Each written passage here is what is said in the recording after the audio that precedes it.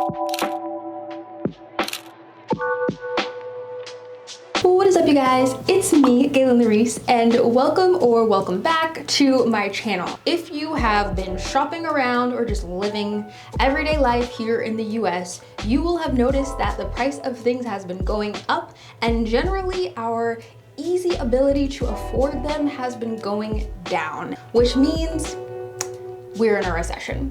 And I'm not that mad at it. Okay, but let me explain to you why. So in this video, I'm gonna share with you the 5 different reasons why being in a creator recession may not be that bad for you, especially if you are a micro influencer or someone who is more of a smaller creator. I myself am a small creator, and so this topic really affects me and my growing channel and my growing business that is based off of my content creation. And so I have really been paying attention to this, and these are the things that I've been noticing. So if you are ready to jump into these 5 reasons why, go ahead and give this video a thumbs up and consider subscribing. I have a bunch of creative business related videos here on my channel, and I'm sure you will find something else that will be really helpful. So now that we've gotten all that out of the way, let's jump into this video. According to David Rodek, a contributor for the Forbes Advisor, experts declare a recession when a nation's economy experiences negative gross domestic product,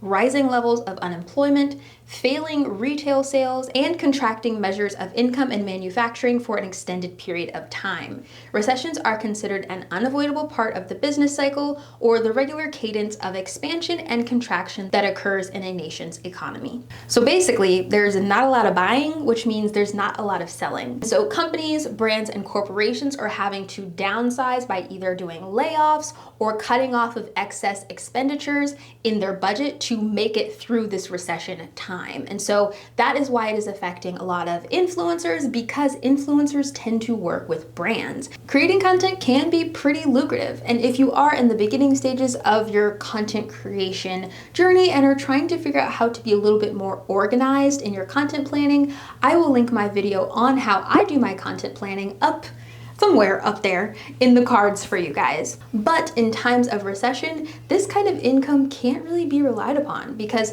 the effects of brands affect us, and that affects our businesses, and we can't have that. Which is why a creator recession is actually a great opportunity for creators to focus more on direct to audience offerings, meaning things that you are offering directly to your audience outside of these brand deals. So these could include things like consulting or coaching or digital products, or if you're a dancer or a dance teacher, offering dance classes. These create opportunities for your audience to get to experience you outside of your social media, and they allow you to actually build a deeper relationship with the people who already support you, which means that they're probably going to continue supporting you in the future. Even me, as I've been growing, I've been really excited to see my number of subscribers grow, but I also want to make sure that along with that growth, I am continuing to find ways to build deeper relationships with those new people who are coming in, and to continue building on the relationships that I've already built with the people who have been in my audience. So from the start, I've been offering little direct to audience things here and there in my personal brand and under my business, just to make sure that my audience feels like they actually know me and they feel like they're getting to build a relationship with a real person. Because the bigger you get, the more these parasocial, is that what it's called? These relationships where it's like they feel like they know you, but they don't really know you. That's what I'm talking about. Basically, people will feel like they know you very well, and you won't really feel like you know them. And then when it comes to working with brands, you may have a difficult time really understanding what brands are a best fit for your audience because you don't really know them. You don't have a good understanding of what their typical lifestyle is like or what kind of things are important to them. And that's what's actually going to get them to buy from these brands eventually when you work with them. The second reason why a creator recession may not be that bad for a micro influencer is due to the engagement shift. Since I am a micro influencer, I'm often studying what other mega influencers are doing and how their content is performing. And I've noticed that over time, especially in the past 6 months, creators who were getting hundreds of thousands of views in their first 24 hours of their videos being posted are not seeing as many views as they used to. And so their engagement rate is actually going down. Now, do they still get a ton of views? Yes.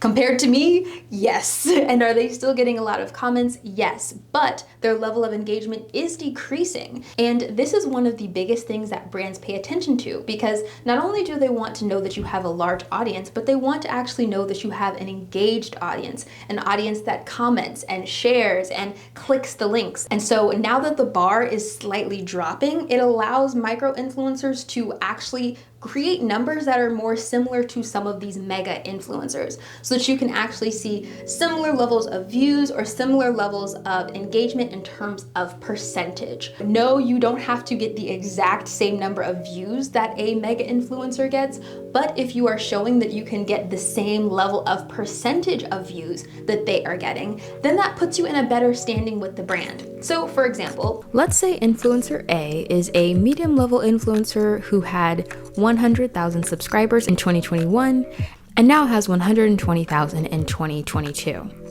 In 2021, they typically would receive 25,000 views on a YouTube upload, but today they get about 18,000. This means that in 2021, they had a 25% level of engagement in terms of views, whereas now they see about 15%. Then there's you, Influencer B, and you have 10,000 subscribers and get an average of 1,500 views. When calculated, this means that you are also performing at 15% just like Influencer A, and if you were to get, say, 2,000 views, you would be outperforming Influencer A with a 20% engagement rate at your smaller size. And this could be calculated for any type of engagement, not just views, so for comments or likes or shares.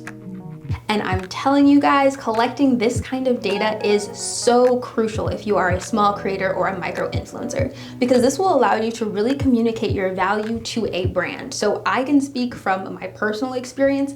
I have done this. I have shown how my content has performed in relation to another larger influencer, and I've shown that the percentages are roughly the same. And this really helps put brands in a better frame of mind in terms of what your value is and how you actually can help create results for their brand. And if you are able to create that same percentage of engagement at your small size, then it shows that when you do get larger, because you are getting consistent growth, which you should be making sure you're doing as a small influencer, then you are really going to perform well and really going to be able to really deliver well for that brand. It also shows them that you are committed to doing really thorough work, because if you did this research and you put this data together, it shows that you're serious about your stuff, and brands really appreciate that, and they take notice to that because they too are trying to grow with influencers. They want to have relationships that last over a long period of time so that they can know that they're actually getting good quality content. So keep an eye on your engagement, make sure that you're creating content that actually does see engagement,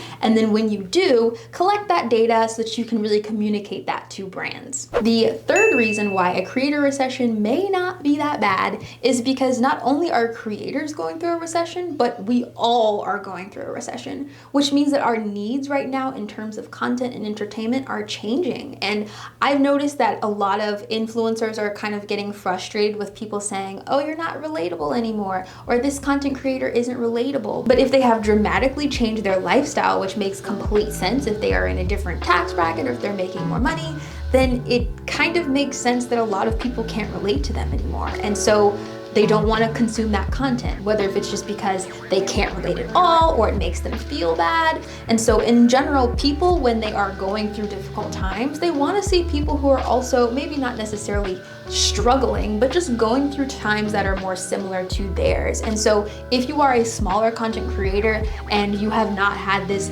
giant boom that's led to this luxurious lifestyle, right now might actually be the best time for you to create even more content that shows the behind the scenes of the content that you're creating, because a lot of people want to see what people like them are doing, and they want content that's going to bring more value to their lives and their current needs. So many brands during recessions have been able to really skyrocket, and this is the time that we actually see a lot of brands really take off and become the next brands in the forefront. brands like Netflix or Airbnb or Warby Parker. They created products that people already loved, already needed, but then they started to create it in the way that people needed it. And during a recession, people need things in a new way. So for example, with Airbnb, people didn't want to have to pay for hotels and go through that whole process. They kind of wanted something that was a little bit less expensive, gave them a different way of experiencing these places that they were going to be traveling to, and gave them the opportunity to just have a different kind of traveling experience at their various budgets. And so Airbnb did that. So be your version of the Airbnb. Figure out what it is that you already are giving your audience in terms of value, and then figure out how exactly they need it right now. And I promise you guys, doing that is going to make you so much more valuable and really see an increase in the people who are truly connected to you through your content and end up subscribing, following, and what do they do on TikTok? I'm not on TikTok. The fourth reason why a creator recession may not be that bad is because it actually creates an opportunity for you to learn from larger influencers' mistakes.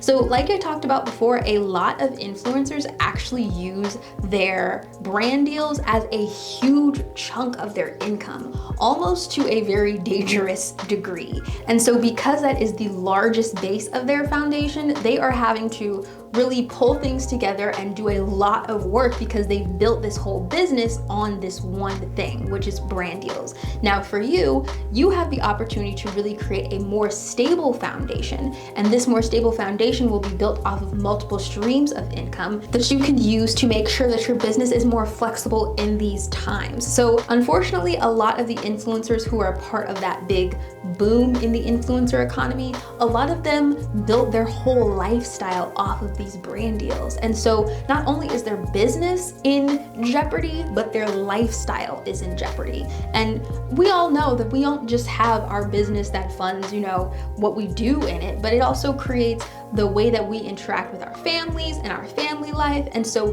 they have a lot more stress on them than we do right now. We're pretty small, and so we honestly have less to lose. And so taking the time to really establish more streams of income is going to help us be much more stable, because recessions happen and it's going to happen again. And so now that we've been able to learn from their mistakes, we can kind of take that information and make better decisions and make sure that we're going to be more flexible in times where these recessions just naturally happen. The fifth reason why a creator recession may not be that bad, especially if you are a small content creator or a micro influencer, is because right now, you're more affordable for brands.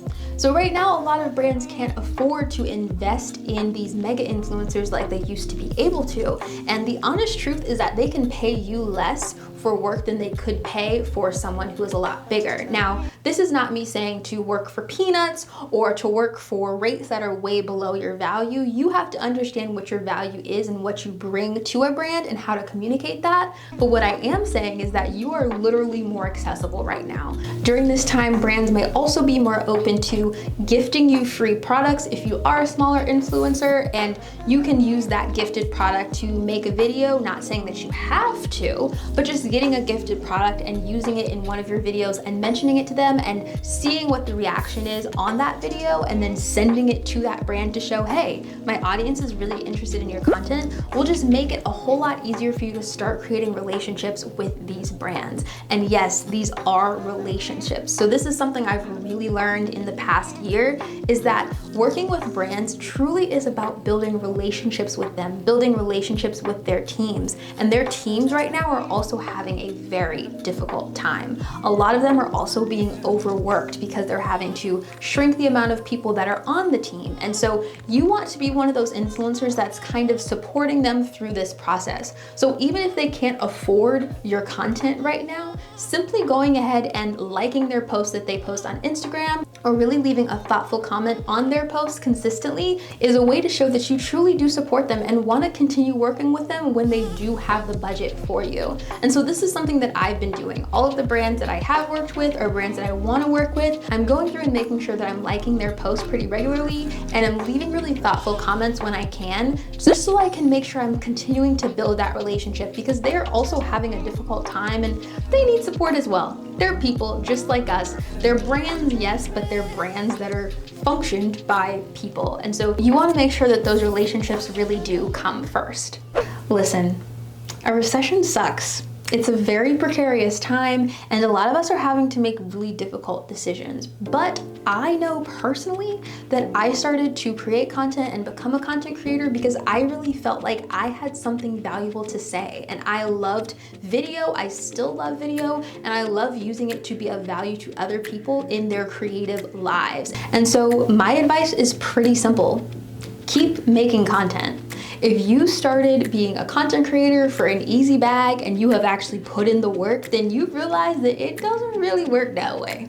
And this is a long-term game. And so you want to be prepared for whatever comes your way so that when it is your time, you're really going to skyrocket and it's going to be sustainable. You want to have sustainable relationships with your audience, sustainable flows of income, and a sustainable workflow so that you can actually have a business that is built off of you, your needs, and your values. And you know that's what I'm about. So I hope you guys found this video more encouraging than a damper, and that you go ahead and just make the stuff that you want to make. Make things that make you feel good and that are valuable to other people, because that's what we could use right now. If you have not already, go ahead and hit that subscribe button down below and give this video a thumbs up if you did enjoy it. And I will see you guys in my next video next weekend.